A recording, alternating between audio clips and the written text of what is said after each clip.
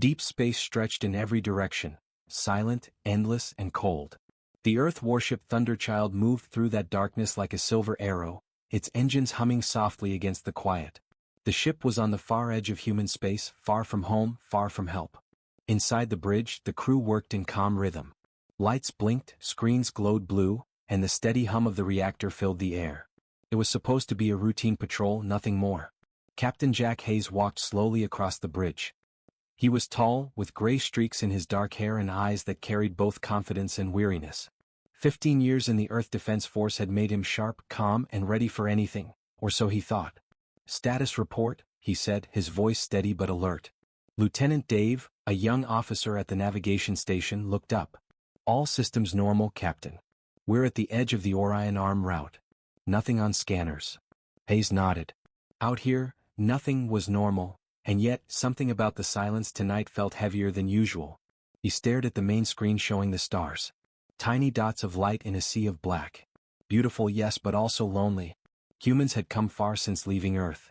They had learned to travel the stars, to build colonies, to survive in places no one else dared. But they were still outsiders. The Galactic Council, made up of more than 200 alien races, had refused to accept them. Too dangerous, the aliens said. Too unpredictable. Earth was known as a death world, a planet filled with deadly predators, violent storms, poisonous plants, and crushing gravity.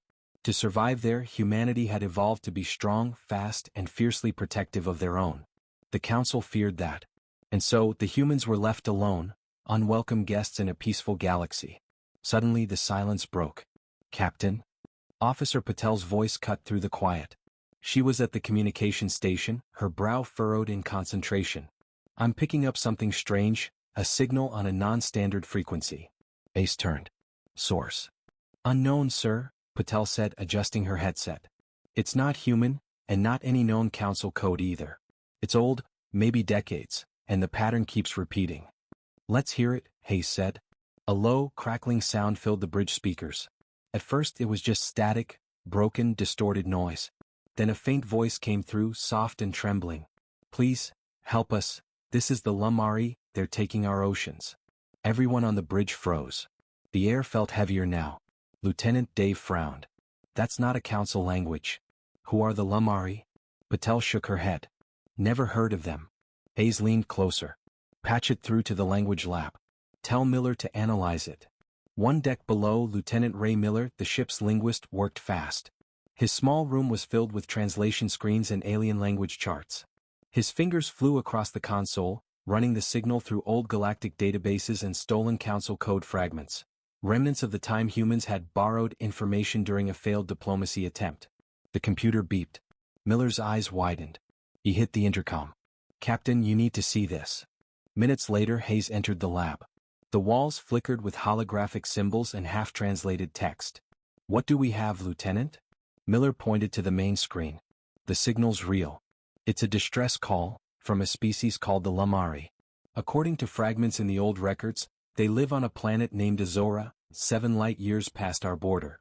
Hayes frowned. "Azora? That's deep in Council space." "Yes, sir.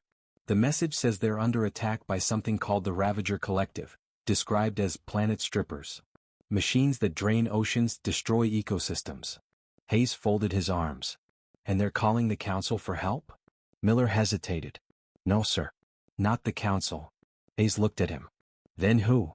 Miller's eyes met his. "Us, Captain. Humans. The message is addressed to Earth." For a long moment, the room was silent. The only sound was the hum of the ship's core. Hayes finally spoke. "That makes no sense. The Lamari wouldn't even know we exist." Miller turned back to the translation. "Apparently they found old records, stories about us. About how the galaxy fears humanity, but also how we protect our own. They believe we might help." Hayes felt something twist in his chest. A forgotten feeling, duty maybe, or something deeper. "Can you play the full message?" he asked quietly. Miller nodded. Static filled the speakers again, and then the voice returned, desperate, pleading. "To the humans of Earth, we beg you. The Council ignores us. The Ravagers are draining our seas. We will not last another rotation. Please, you are our last hope." The voice cracked, then faded into silence. Back on the bridge, the crew listened in stunned quiet. No one spoke for several seconds. Finally Patel whispered, They called us? Hayes stood still, his eyes fixed on the stars beyond the viewport. In that endless dark, he imagined a blue planet dying, oceans vanishing, lives begging for help, and no one coming. He took a slow breath. They called us, he repeated softly. The most dangerous species in the galaxy. He looked up at the stars, millions of cold lights watching silently. Why? He murmured. No one had an answer. But in that moment the crew of the Thunderchild knew, their quiet patrol was over. Something was about to change. Something was calling humanity back into the stars. And Hook. Captain Hayes whispered to himself as the signal looped one last time, faint, almost lost. They called us for help. Why? The black void of space hung silent outside the Thunderchild's windows, but inside the ship, tension filled the air. The Lumari distress signal still echoed faintly in the background, soft, broken, haunting. Please, help us, they're taking our oceans.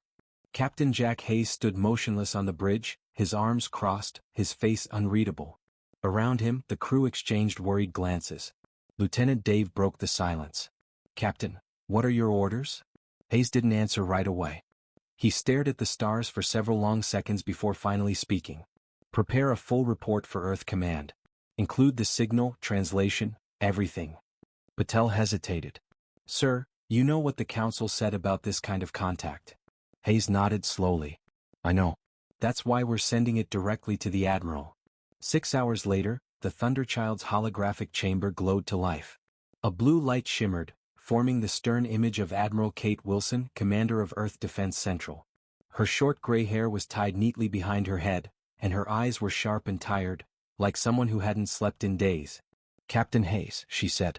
You have something urgent to report? Yes, Admiral, Hayes replied, standing at attention. We intercepted a distress signal from a non-human source. The message is directed specifically to Earth. Wilson frowned. From which species? They call themselves the Lumari. They live on a planet named Azora beyond Council space. They say they're under attack by something called the Ravager Collective, mechanical predators. The Council ignored their calls for help, so they reached out to us. For a moment, Admiral Wilson didn't speak.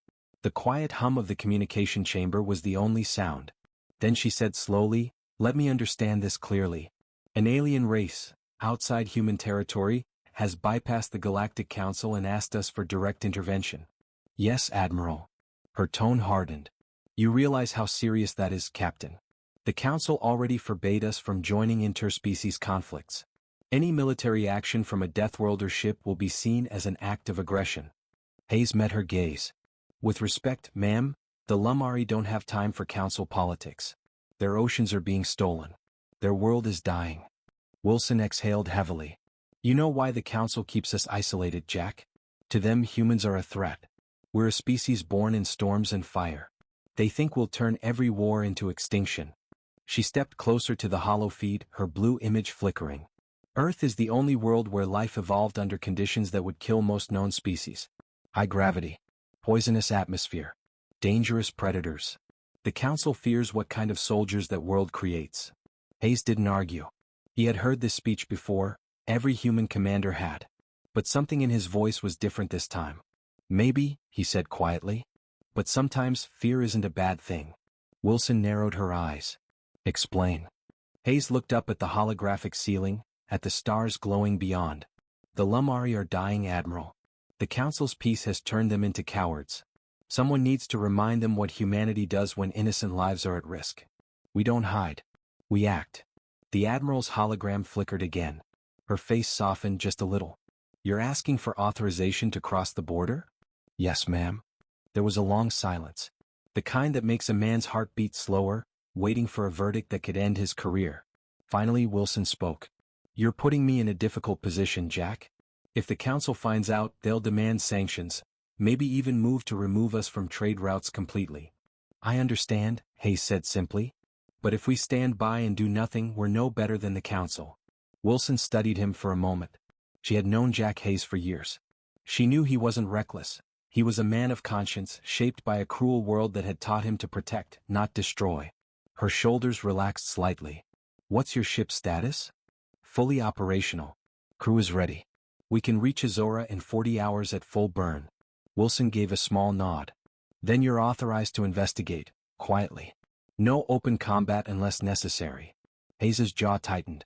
Understood, Admiral. Wilson's hologram leaned closer. Jack, if you're discovered, I can't protect you. You'll be alone out there. He smiled faintly. Wouldn't be the first time, ma'am. The hololink flickered and vanished. The chamber went dark again. Back on the bridge, Hayes stepped out, his face calm but eyes burning with quiet determination. All right, he said to his crew. You heard the orders. Course set for Azora. Lieutenant Dave blinked. Sir, we're really doing this? Hayes nodded. We are. Patel frowned. Captain, this could start a war. The Council. The Council already decided to do nothing, Hayes interrupted softly. That's their war. This is ours. The crew fell silent. None of them were eager to fight another alien race. But they all knew why they had joined the Earth Defense Force. Not just to protect humanity but to prove something to the galaxy. Plot a jump route, Hayes said. Best speed. Engines roared to life.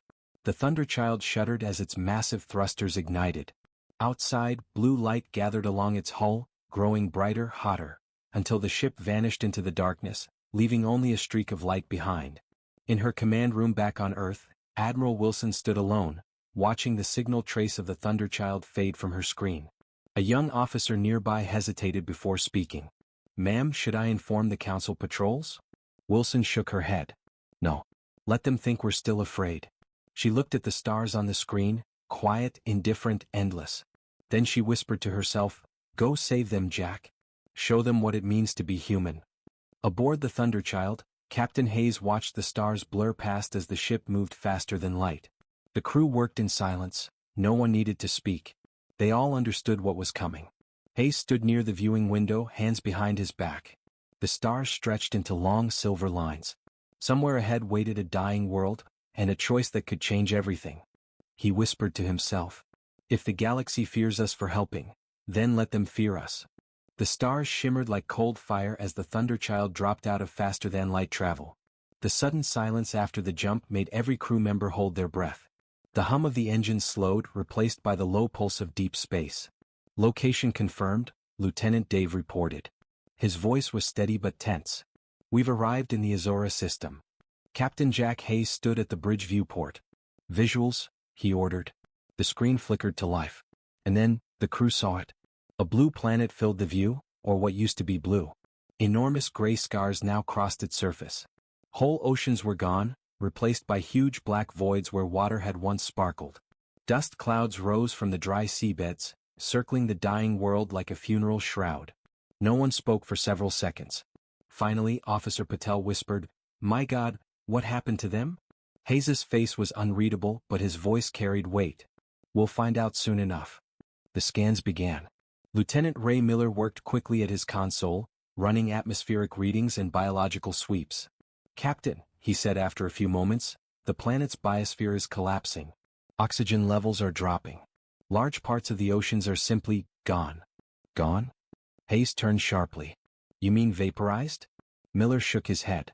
No, sir. Extracted. The readings match high-energy siphoning. Someone, or something, is draining the oceans directly into orbit. Patel's eyes widened. That matches the Lumari distress call. They said someone was taking their oceans. Dave frowned. Who would do that? For what purpose? Miller hesitated, then brought up a projection. These energy patterns, they're not biological. They belong to machines. I'm reading metallic signatures orbiting the planet, hundreds of them. Show me, Hayes said. The main screen zoomed in, and the bridge went silent. Giant mechanical platforms hovered above the planet's surface. Each one looked like a twisted metal spider, legs piercing deep into the planet's crust. From their cores, bright blue energy beams extended downward, sucking the planet's water straight into enormous containment tanks. Smaller drone ships swarmed around the platforms like wasps, protecting their harvest. The Ravager Collective, Patel breathed. They're real. Hayes's expression hardened. Target scans. How many ships? Dozens, Dave said. Most are automated. But there's a command vessel in orbit. Large, 2 kilometers long, heavily armored. Any life signs? Hayes asked quietly. Miller's fingers tapped across his console. Weak ones, scattered across the surface. Mostly underwater cities, or what's left of them. Hayes nodded. Put them on screen. The holographic display shifted to show a faint blue glow under what remained of the Southern Ocean. Hidden beneath the dying waves was a Lumari city, half collapsed, its domes cracked, its lights flickering weakly like candles in a storm. Through the static interference, faint transmissions began to play. To anyone who hears, this is Azora Prime, we are still alive, please, help us. The bridge went silent again. Even the soft hum of the ship seemed distant now. Patel swallowed hard. They're still there, sir. They're still fighting. Hayes nodded slowly. They called for us. We're not leaving them. Dave turned in his chair. Captain, if we move in, the Ravagers will detect us immediately. They'll attack. I know, Hayes said. But if we stay hidden, those people die. He stepped closer to the main screen, eyes locked on the burning blue world below. We came all this way because they believed in us, he said quietly. We're going to prove they were right. A few minutes later, the ship moved into a lower orbit. The crew prepared the sensor drones ready to deploy. Inside the dim blue light of the bridge, tension ran like static through the air. Captain, Patel said suddenly, the command vessel is adjusting orbit. I think they've seen us. Defensive systems online, Hayes ordered. Shields to maximum. Red lights flashed across the bridge. The Thunderchild's engines roared, powering up for combat. They're charging weapons, Dave shouted. Incoming drones.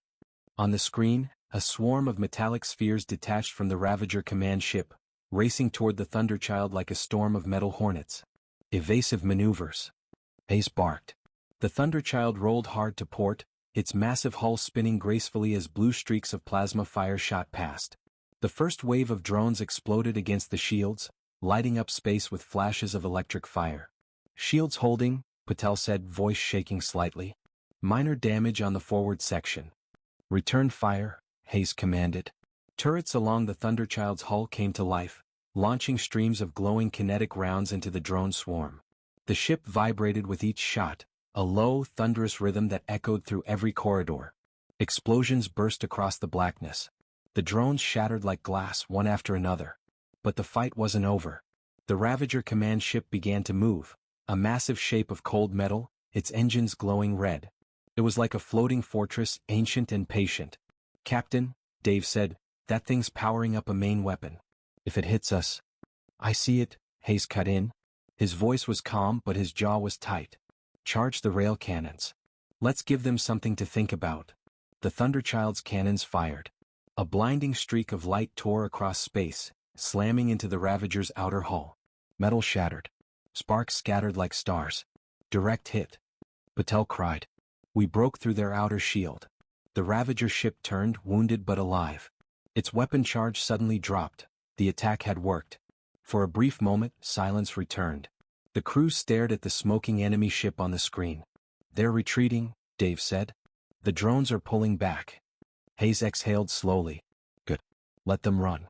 They know we're here now. The battle was over, for now. The Thunderchild floated quietly above the dying world. Below them, the Lumari city still glowed weakly in the dark ocean. Tiny lights flickered, survivors waiting, hoping. Patel turned toward the captain. What now, sir? Hayes looked down at the planet, at the half-drained oceans, the broken cities, the silent cries for help still echoing across the stars. Now, he said softly, we go down. The Thunderchild descended through the thick gray clouds of Azora Prime. Lightning flashed across the sky, illuminating the ship's dark metal hull as it cut through the storm. Every few seconds, the crew could hear the distant roar of thunder mixed with the hum of the engines. Captain Jack Hayes stood at the forward viewport, eyes fixed on the dying world below.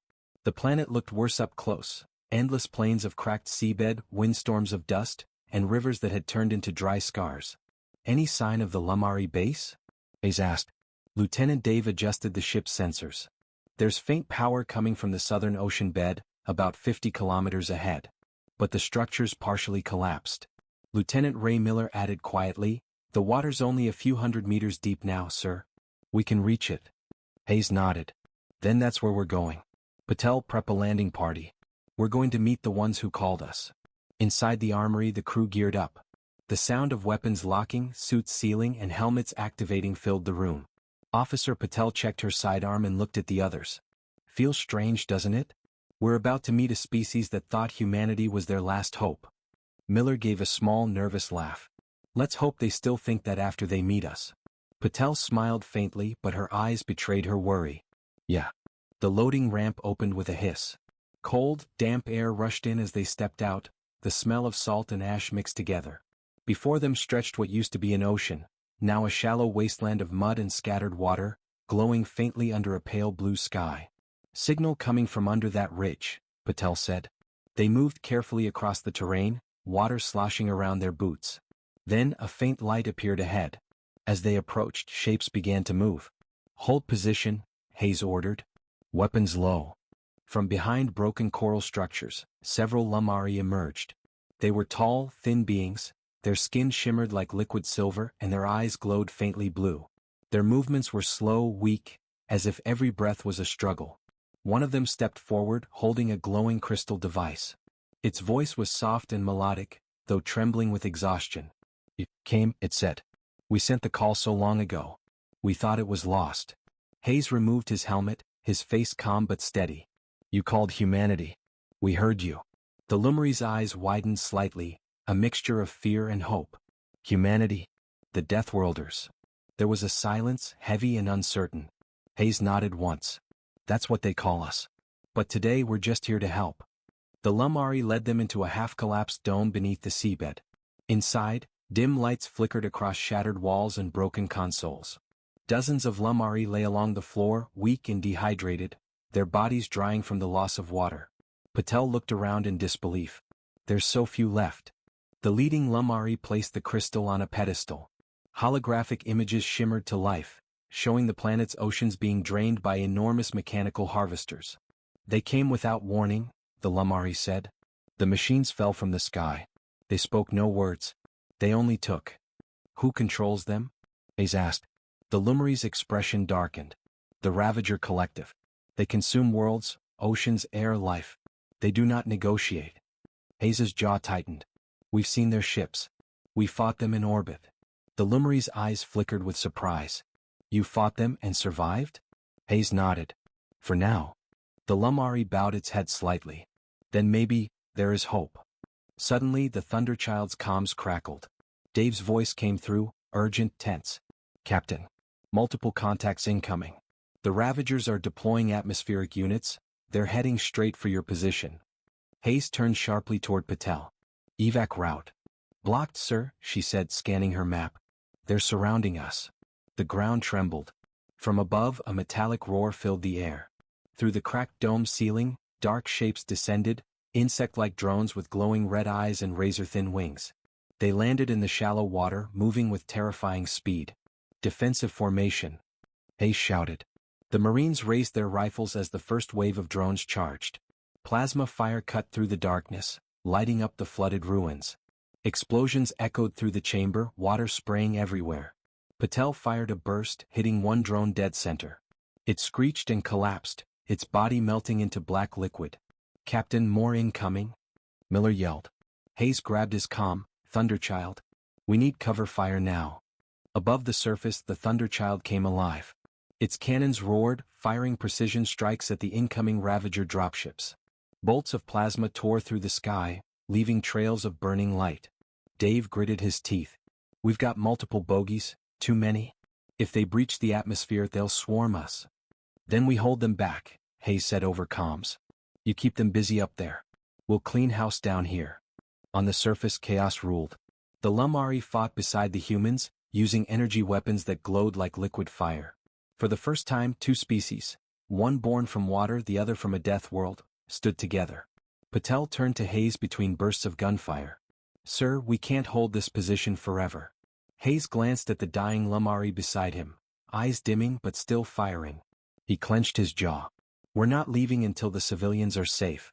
Get those transports online. The Lamari leader pointed toward a nearby tunnel. Our last evacuation pod is there, but the power cells are gone. Hayes threw a look at Miller. Can we use ours? Maybe, Miller said, already pulling out his toolkit. Give me 5 minutes. You've got 2, Hayes replied. Above, the Thunderchild was taking hits. The Ravager command ship had returned, its massive silhouette blocking out the sun. Shields down to 60%. Dave shouted. Main cannon recharging. Divert auxiliary power. Patel's voice came through the comms. We can't lose orbit. The ship groaned under the strain, metal creaking like thunder. But the crew held their ground, every officer at their station, every weapon blazing. Back on the surface, Miller connected the last cable. Power restored, he shouted. The evacuation pod lit up, systems coming online. Lamari civilians began rushing inside. Hayes turned back to Patel. Now we go. The humans covered the Lamari as they boarded. Explosions thundered behind them. The last drone fell, its body splitting open with a hiss of burning metal. The pod doors sealed shut and launched upward, a streak of blue light rising into the storm. Hayes looked up, breathing heavily. The sky above them burned with fire and falling metal. Patel turned to him. We did it. Hayes shook his head slowly. No, not yet. He looked up toward the orbiting Ravager ship, massive, silent, watching. They'll be back, he said quietly. And next time they'll bring their whole fleet. The Thunderchild drifted in high orbit over the dying planet Azora Prime. The blue glow of its engines reflected faintly off the broken surface below, a world stripped of its oceans, bleeding light into the dark. Inside the ship, the crew moved like ghosts through the corridors. They had saved lives, yes, but at a terrible cost. Half the Lamari settlements were gone, and hundreds more still unaccounted for. Captain Jack Hayes stood alone on the observation deck, staring at the cracked horizon through the wide viewport. The reflection of stars shimmered across his face. For a long time he said nothing. Lieutenant Patel approached quietly, holding a data pad. Evacuation pods have reached orbit, sir. The Lamari survivors are aboard our cargo bay now. Medical teams are tending to them. Hayes nodded. His eyes didn't move from the planet. How many did we save? Patel hesitated. 87, sir. Out of thousands. The words hit hard, not just for Hayes but for everyone on board. The bridge felt heavy with silence. Even the hum of the engines seemed softer now. A few moments later, the holographic table in the center of the bridge flickered to life. Lieutenant Ray Miller appeared, his hands moving quickly across glowing blue controls. Captain, I've analyzed the data we pulled from the Lamari archives, he said. It's worse than we thought. Ace turned. Go on. Miller tapped the console. A projection appeared, thousands of red dots spreading across a star map like a spreading infection. These are confirmed Ravager operations in this sector alone, Miller said.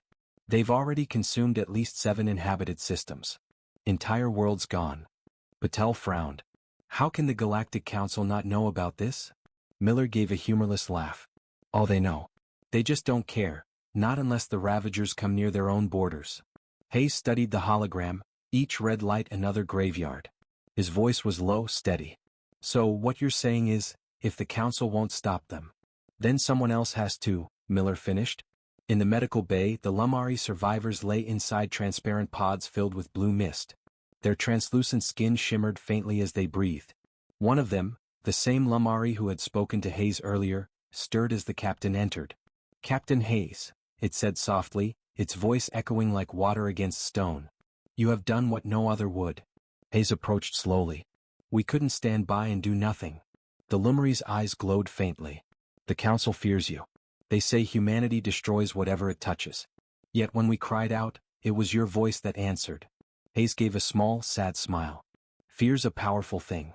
But sometimes, it keeps people from doing what's right. The Lamari reached out, its hand trembling. Then let the galaxy see what right looks like again. Those words stayed with him long after he left the medbay. Hours later, Hayes stood in the comms chamber, a wide circular room filled with screens and antennas reaching into the void. Patel and Miller stood beside him. We have to tell someone, Patel said. The Council, Earth Command, anyone. If the Ravagers are spreading this fast. And what do you think the Council will do? Miller interrupted. They'll accuse us of interfering again. Maybe even call it an act of war. Maybe, Hayes said, his tone calm but resolute. But if we stay silent, the Ravagers will keep killing. They'll hit another world next, and the one after that. He took a deep breath, staring at the glowing console before him. This isn't just about the Lamari anymore. It's about everyone. He turned to Patel. Patch me through to the long-range broadcast network. Patel's eyes widened. Sir, that's restricted. The Council monitors those frequencies. Hayes gave a faint smile. Good. Let them listen. Moments later, the Thunderchild's main antenna extended, a massive structure glowing with blue energy. Across hundreds of light-years, the signal began to pulse, a frequency that would reach every major relay, every listening post, every hidden satellite. Hayes stood tall as the red recording light blinked on. "This is Captain Jack Hayes of the Earth warship Thunderchild," he began, his voice steady, echoing through the chamber. "We received a distress call from the Lumari people. Their world has been destroyed by a force calling itself the Ravager Collective. The Galactic Council ignored their pleas for help. Humanity did not." He paused, his gaze hardening. "We are not seeking war. We are not seeking glory. But we will not stand by while civilizations burn. To every world that still believes in mercy, know this: the Deathworlders are coming. Not as conquerors, but as allies.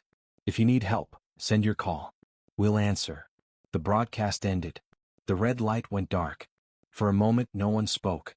Then Patel whispered, "Sir, you just told the entire galaxy where we are." Hayes turned toward the viewport, watching the stars burn against the darkness. "I know," he said quietly. "Now they'll have to decide what they really fear, us, or what's coming." In the cold space beyond, silent receivers began to blink across the galaxy. Dozens of alien outposts caught fragments of the human transmission. In council chambers, in shadowed worlds, in hidden fleets, the same message repeated again and again. The Deathworlders have answered. Some watched in awe, some in fear. But in the farthest corners of the galaxy, where desperate colonies huddled in darkness, tiny sparks of hope began to flicker. Later that night, Hayes walked the quiet corridors of the Thunderchild. He stopped by the observation deck again. Patel joined him, carrying 2 mugs of coffee. "Think they'll listen?" she asked. Hayes took a sip, staring at the stars. "Maybe not today. But someday they'll remember who we are." Patel smiled faintly. "And who's coming?" Hayes nodded slowly. "Yeah. The Ravagers won't stop. But neither will we." Outside, the ship drifted silently, humanity's flag burning faintly on its hull. Far below, the planet Azora shimmered one last time as the sun broke over its horizon. The message had been sent. The galaxy had heard. And for the first time in centuries, humanity was no longer silent. The message from the Thunderchild spread faster than anyone expected. Across star systems, through council relays and forgotten colonies, Captain Jack Hayes's words echoed in every tongue and frequency. "If you need help, send your call. We'll answer." For the first time in centuries, the galaxy remembered the species it had tried to forget: humanity, the Deathworlders. Some worlds cheered. Others hid. But one listened with fury. In the dark void beyond the galactic rim, the Ravager Collective stirred. Inside a massive structure orbiting a dead sun, mechanical voices filled the cold air. Signal detected. Origin, human. Species, Deathworlder. Directive, erase. Giant black ships, miles long and shaped like daggers, began to wake. Their hulls shimmered with red light, and their engines burned like dying stars. They had taken hundreds of worlds. Now they turned toward a new target, Earth's border. Aboard the Thunderchild, alarms blared through every deck. Lieutenant Patel ran onto the bridge, her voice sharp and urgent. "Captain, we're picking up multiple warp signatures. It's them, the Ravagers." Captain Hayes stood at the center of the bridge, calm but ready. "How many?" 8 destroyers, 1 carrier, and something bigger," Patel said, her voice trembling slightly. "It's unlike anything we've seen before." Lieutenant Dave turned from the scanner display. "That's not a fleet, sir. That's a message." Hayes's jaw tightened. "Then we'll send one back." He tapped the ship-wide comm. "All hands, battle stations. Shields up. Weapon systems online. This is not a drill. Humanity stands today." The Thunderchild turned to face the incoming ships. Its engines roared as energy surged through its hull. The bridge lights dimmed, and blue lines of power ran along the walls like veins of light. "Target the lead destroyer," Hayes ordered. "Fire when ready." The forward cannons blazed, twin beams of pure plasma cutting through the void. They struck the Ravager ship head-on, tearing through armor and sending debris spinning into space. But the others kept coming. From the surface of Azora Prime, Lumari survivors watched in awe as the battle ignited above their dead world. Streaks of light danced across the sky, human blue against Ravager red. Patel's voice came through the comms. "Captain, they're adapting. Their shields are regenerating faster than we can damage them." "Switch to kinetic rounds," Hayes ordered. "If energy doesn't work, let's hit them with something solid." Dave's hands flew over the controls. "Loading mass drivers, ready?" The Thunderchild's side turrets rotated, and 6 massive cannons fired tungsten slugs at near-light speed. Each impact ripped holes through the Ravager armor, sending explosions rippling across their hulls. One enemy ship broke apart, collapsing in on itself, a bright flash marking its end. The crew cheered, but Hayes didn't. "Don't celebrate yet," he said. "That carrier's still out there." The Ravager carrier loomed behind the destroyers, a monstrous ship 3 times the size of the Thunderchild. Its entire front hull opened like a jaw, revealing glowing red light within. Patel stared at the scanner. "It's powering up something big." "Brace for impact," Hayes shouted. A blinding beam of crimson energy shot from the carrier, slamming into the Thunderchild's shields. The entire ship shuddered, alarm screaming. "Shields down to 20%. Dave yelled. "We can't take another hit like that." Hayes gritted his teeth. "All power to forward shields. Divert life support from the lower decks." Patel turned to him, eyes wide. "Sir, that'll risk." "I know what it'll risk," Hayes said quietly. "Do it." The lights flickered as the ship redirected power. On every deck, the crew fought to keep systems running. Engineers tightening bolts, medics securing wounded officers, soldiers readying for boarding action. Then a sudden voice came through the comms, faint but familiar. "This is Admiral Wilson aboard the Vanguard. Reinforcements inbound." Hayes blinked. "Admiral? You didn't think Earth Command would ignore your little broadcast, did you?" she said, her voice carrying a hint of pride. "The Council's furious, by the way, but I decided we'd rather fight machines than politics. Now hold the line, Captain. We're coming in hot." Moments later, flashes of blue light filled space. The Earth Defense Fleet arrived. Dozens of human warships burst out of warp.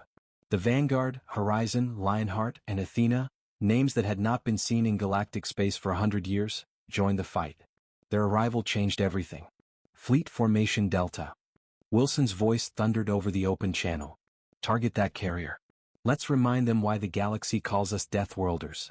The combined human fleet opened fire. Missiles streaked across the void. Railguns screamed. The Ravager carrier's shields flared under the assault, then broke. The ship erupted in a massive explosion, fragments burning like falling stars. The remaining destroyers tried to retreat, but the humans didn't let them. One by one they fell, until the sky above Azora was silent again. On the Thunderchild's bridge, smoke hung in the air. Sparks fell from the ceiling and the crew looked exhausted, but alive. Patel exhaled slowly. "It's over." Hayes looked at the stars, his face unreadable. "No," he said softly. "It's just begun." Miller turned from his console. "Sir?" Hayes pointed to the screen. "Look." The long-range scanner showed dozens of new red blips, far away but moving fast. "The Ravagers aren't retreating," Hayes said. "They're regrouping."